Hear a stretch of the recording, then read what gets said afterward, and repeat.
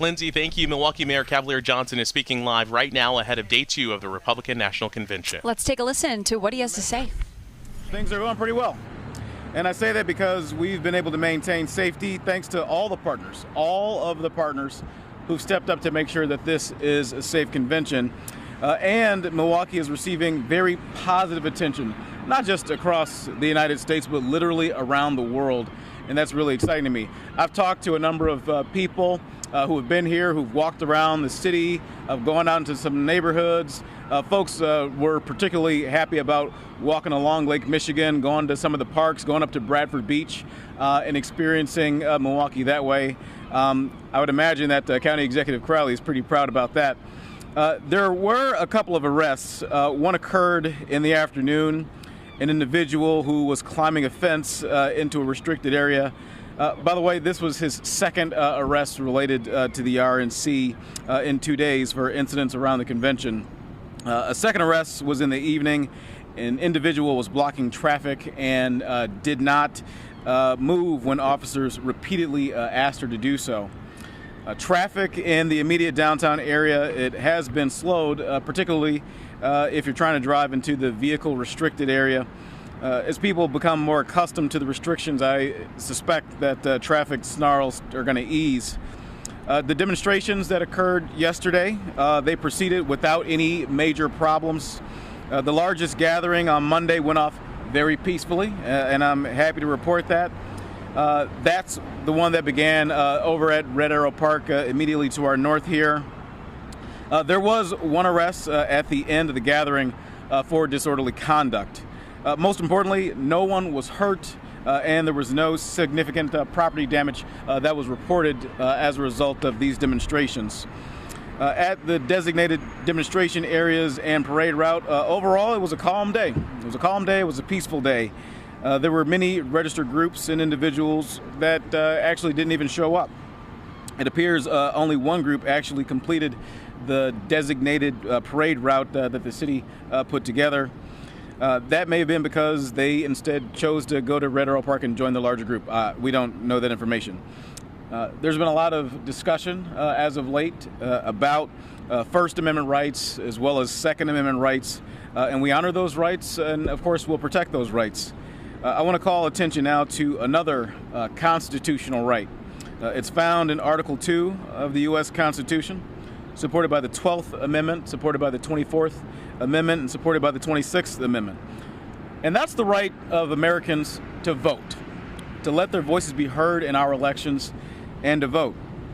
I want to express to everyone that voting is extremely important. Many people throughout our history, they've sacrificed a great deal in order for us to have that right, in order for us to be able to cast ballots and vote. In fact, there have been people who have lost their lives in sacrifice for all of us to have the opportunity for people in this country to vote. So it's our right and it's our duty to vote. So if you live in the United States and enjoy the honor and enjoy the privilege of being a citizen in what I believe is the greatest country on earth, then I'm speaking to you. You need to get up, you need to get out, and you need to vote. The election this November is important in setting the country's future direction. And so we must express our preferences. We must get out and vote. Now, we had some pretty big news yesterday at the convention. The formal nomination of the Republican presidential candidate and the naming of the vice presidential candidate on the Republican side, as well as his nomination. Now, there are a lot of questions and certainly a lot of concern.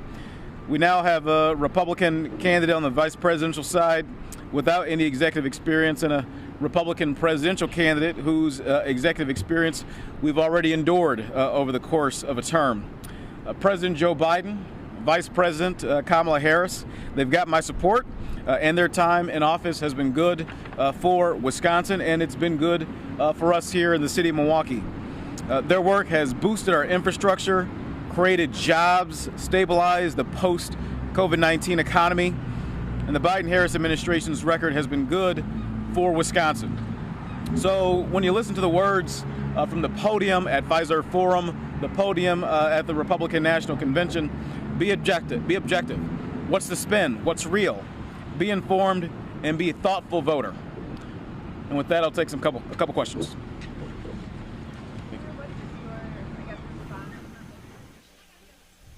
That has been Milwaukee Mayor Cavalier Johnson recapping that first day of the RNC. At the end there, really doubling down on his support for the Biden-Harris campaign. But he really mentioned that overall that first day was mostly calm, mostly peaceful. Just a few arrests have been made. Yeah, he mentioned 3 arrests in the last 24 hours since that first day, actually since we reported yesterday, including, which we reported earlier this hour, someone climbing a fence near the security zone, blocking traffic last night, and then 1 arrest at the end of that peaceful protest yesterday for disorderly conduct. But overall saying that day 1 of the convention went along smoothly. Also adding that a lot of people he's talking to who are in here, who are in Milwaukee for the convention, really enjoying their time, getting out and exploring some of the great things that Milwaukee has to offer. He also did mention, this has been a big topic, the traffic around the RNC security zone. He says he anticipates that will ease throughout the week as sort of people figure out where they're going, how quickly to get through the checkpoints. So hopefully that will get better, because that's been a problem for a lot of people in the city. Mayor Johnson will be talking at 6:30 every morning during the RNC. We'll bring you his comments live each day right here on WISN 12 News this morning.